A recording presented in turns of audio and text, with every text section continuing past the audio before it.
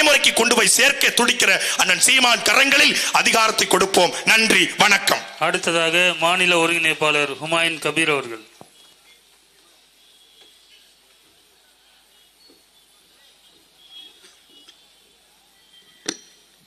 எல்லாரும் ராஜராஜனை அவங்கவுங்க சாதிங்கிறாங்க. என் பங்குக்கு நானும் சொல்றேன், அவர் முஸ்லீம்,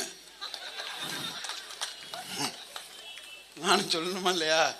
என்னடா அது, எவ்வளோ பெரிய உலகாண்ட பேரரசன், என்ன வேலை நடந்துகிட்டு இருக்கு, எவ்வளோ பெரிய கோயிலை கட்டியிருக்கான், 3 அடி அஸ்திவாரத்தில் 1,80,000 டன்னை தாங்குற அளவுக்கு the old ancient the great ஆர்கிடெக்சரோட ஆள்றாவன் ராஜராஜன்.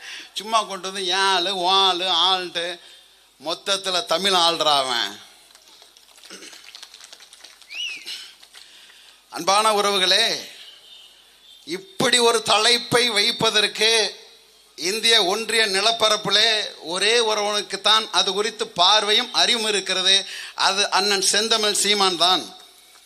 வாழுகின்ற பூமியா வணங்குகின்ற சாமியா என்று ஐநா மன்றத்தின் பொதுச் செயலாளர் இருக்கக்கூடிய ஐயா ஆந்தனி குட்ரோஸ் சொல்கிறார். ஐபிசியின் 6வது அறிக்கை சொல்கிறது, காலநிலை மாற்றத்தை பன்னாட்டுக்கான குழு சொல்கிறது, காலநிலை மாற்றம் என்ற நரகத்தை நோக்கி இந்த உலகம் ஓடிக்கொண்டிருக்கிறது. காலநிலை என்ற ஒரு பேரழிவை உருவாக்கக்கூடிய ஒரு நரகத்தை நோக்கி இந்த உலகம் ஓடிக்கொண்டிருக்கிறது என்கிறார். அதைத்தான் நான் செந்தமிழ் சீமான் சொல்கிறார். இந்திய நாட்டிலே தமிழ்நாடு மிக வேகமாக ஓடிக்கொண்டிருக்கிறது. ஒன்று தெரியுமா உங்களுக்கு? வடதுருவத்திலும் தென் துருவத்திலும் பனி உருகினால் என்ன நிகழும்? தஞ்சாவூரில் இருக்கக்கூடிய நமது தட்டில் விழக்கூடிய சோத்தை நிறுத்தக்கூடிய ஆற்றல் வடதுருவத்திலும் தென் துருவத்திலும் உருவக்கூடிய பனிக்கு இருக்கிறது என்றால், அன்பான உறவுகளை நீங்கள் நம்பித்தானாக வேண்டும். அமெரிக்கா கண்டத்தை சுற்றி உள்ள கடல் பரப்பில் நிகழ்ந்த வெப்பநிலை காலநிலை மாற்றம் தான் 2015 சென்னையில் நடந்த பெருவெள்ளத்திற்கு காரணம் என்றால் நீங்கள் நம்பித்தானாக வேண்டும். இன்டர்நெட் அல்ல, 48 மணி நேரத்தில் 333 சென்டிமீட்டர் மழைப்பொழிவு வயநாட்டில். ஆம், பூமி தோன்றின காலத்திலிருந்து அது பெய்து கொண்டுதான் இருக்கிறது. அந்த மழையை, பெருமழையை தாங்கும் ஆற்றலை அந்த மழை இழந்து விட்டது. காரணம் என்ன? 300 அடிக்கு மேல இருந்து வளர்ந்து இந்த மரத்தை ஆள அதிகம் 3 ஒரு பங்கு நிலத்துல வேற விடும். அது 300 அடி என்றால் குறைந்த 100 அடிக்கு வேறு போகும். 300 அடி உயரமான நேட்டிவ் வெஜிடேஷன் இந்த நாட்டின் பூர்வக்குடி மரங்களை அழித்து 3 அடி உயரமுள்ள குட்ட மரங்களை, தேயிலை மரங்களை நீ நட்டாய். அதன் விளைவாக இயற்கை அந்த பேரழிவு. இது எல்லாமே மேன்மேட் மிஸ்டேக்ங்கிற ஐபிசிசியோட 6ஆம் அறிக்கை அப்படித்தான் சொல்கிறது. மிக கொடூரமான சூழல் நோக்கி நகர்ந்து கொண்டு இருக்கிறது. நாம் எல்லாரும் எப்படி ஆப்பிரிக்காவை பாதுகாப்பதற்காக ஒரு சூழலில் போராளி பங்காரி மாத்தாய் சொல்கிறாளோ அப்படி நிற்க வேண்டும். அதைத்தான் எங்கள் பெரிய தகப்பன் நம்மாழ்வாரும் சொன்னார். இயற்கை பாதுகாப்பு, பூமி பாதுகாப்பு என்பது ஒவ்வொரு மனிதனுக்குமான கடமை, சூழலியல். அதனால தான் அதை எக்காலஜி, என்விரான்மெண்ட் எஜுகேஷன்ங்கிறான். அந்த சூழலியலுக்கு சிக்கல் நடந்து கொண்டு இருக்கிறது. இதுவரைக்கும் காலநிலை பருவநிலை மாற்றத்திற்கான தமிழ்நாடு அரசு எடுத்த நடவடிக்கை என்ன? இந்திய ஒன்றிய அரசு எடுத்த நடவடிக்கை என்ன? வனப்பகுதி முழுதும் வேட்டையாடப்படுகிறது, மேய்ச்சல் நிலங்கள் குறுக்கப்படுகிறது, ஆறுகள் மடைமாற்றம் செய்கிறது, காடுகள் அழிக்கப்படுகிறது, நீர்நிலைகள் கட்டப்படுகிறது. இது அத்தனைக்கான பேரழிவு. அதுவும் கூடுதலாக நீங்க கன்னியாகுமரியில் பார்த்தீங்கன்னா கிட்டத்தட்ட 80 லட்சம் டன் அப்படின்னு அவன் சொல்றான். 2-3 லட்சம் டன்னுக்கு மேல போயிட்டு இருக்கு. சுத்தமா கன்னியாகுமரிங்கிறது அந்த வெஸ்டர்ன் காட்ஸ் மேற்கு தொடர்ச்சியோட அடிநாதம், அதுல கை வைக்க கூடாது. அங்கேதான் அது ரொம்ப ஆழ இருக்கு. இந்த மழை, அதோட சூழ்நிலை, அதில் உள்ள பல்லுயிர் பெருக்கம், அது குறித்து எந்த பார்வையமற்ற ஒரு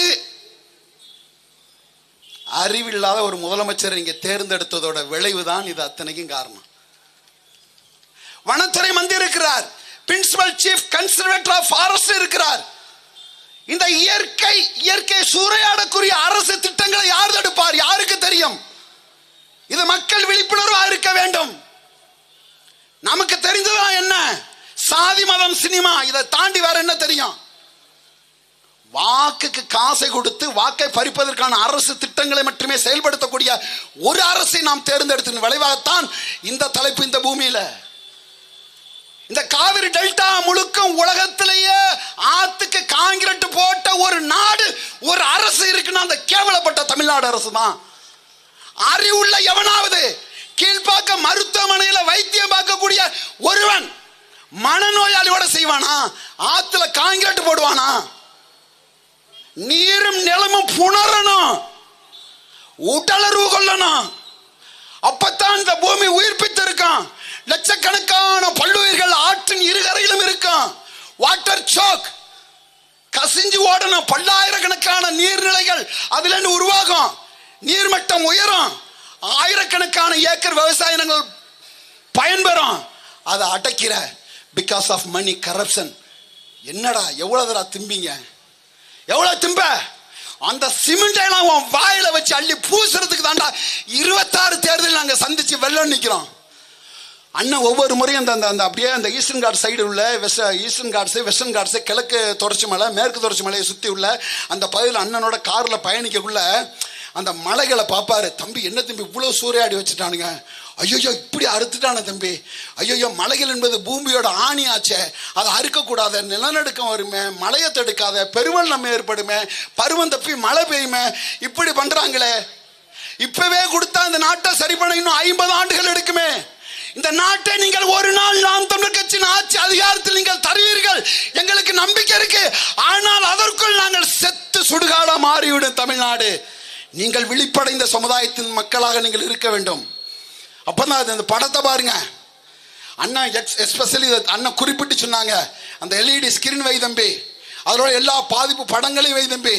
பார்க்கக்கூடிய ஆயிரக்கணக்கான மக்கள் இதோட ஒரு ஒரு ஒரு மாலை நேர வகுப்பு பாடமாக இது இருந்து விட்டு போகட்டும். இதுதான் அரசியல். நாங்கள் பேசுவதுதான் அரசியல். வாழ்க ஒழிக போடுவதல்ல அரசியல். கடவுளை காப்பதற்கல்ல அரசியல். வணங்குகிற சாமியை காவந்து பண்ணணுமா, நீ வாழுகின்ற பூமியை பாதுகாக்கணுமா என்று நீயே முடிவெடுத்துக்கொள். அதற்கு தான் இந்த தலைப்பு.